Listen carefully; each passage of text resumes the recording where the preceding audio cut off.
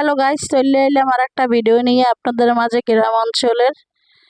তো এটা হচ্ছে আমার শ্বশুর। কামে কাজে অনেক ব্যস্ত। বাড়ি গেলে সবাই একটু কামে কাজে ব্যস্ত থাকে, কারণ সবাই রান্না বান্না মানুষজন সব বেশি থাকে সবাই ঘরে ঘরে, এই জন্য। তো মুখ ঘরে এখন সবাই এককালে গোষ্ঠী উদ্যমরা সবাই একখানে, এই জন্য কাম কাজ সবাই একটু বেশি। তোমার হাওড়ি আতালে নাটক মুড়া ধরে দেশে কায়দার এর মুড়াটা যাবো সবাই মিলে জিলে খামন একখানে বইয়া। কবে না কবে আবার আবি এই আছে। এখন আমরা আছি বর্তমানে খালকুলে বসে বসে হাওয়া বাতাস খাইতেছি। ভাত খান বা না খান কোনো দুঃখ নাই, খালকুলে বসে থাকলে এমনি পেট ভরে যাইবে। আর নদীর পানি দেখলে তো এককালে অসাম। তো আমরা আছি সবাই খালকুলে, এই জন্য ভালোই লাগতেছে। আপনাদের মাঝে আমি চলে এলাম, একটু হাইটাই দিয়ে দিলাম আম্মাকে মোরে, যাতে একটু বেশি বেশি সাপোর্ট করেন। ঘুরে গাড়ায় দোংলা খাইতে আছে, লেদা কালের কথা কার কার মনে ভরিয়ে গেছে সবাই একটু জানাইবেন। এই লেদা কালে কত দোলনা খাইছি, ওরে দোলনা রে।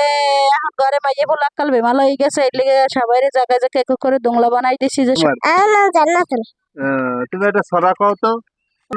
একটা কাছে তোতা পাখি ডালিম গেছে মৌ, তো দেখি তো বউ কথা অন্য গেল বউ। তুমি একটা কও। একটা কাছে তোতা পাখি ডালিম গেছে মৌ, এত কেন তো বউ কথা কন্য কেন বউ।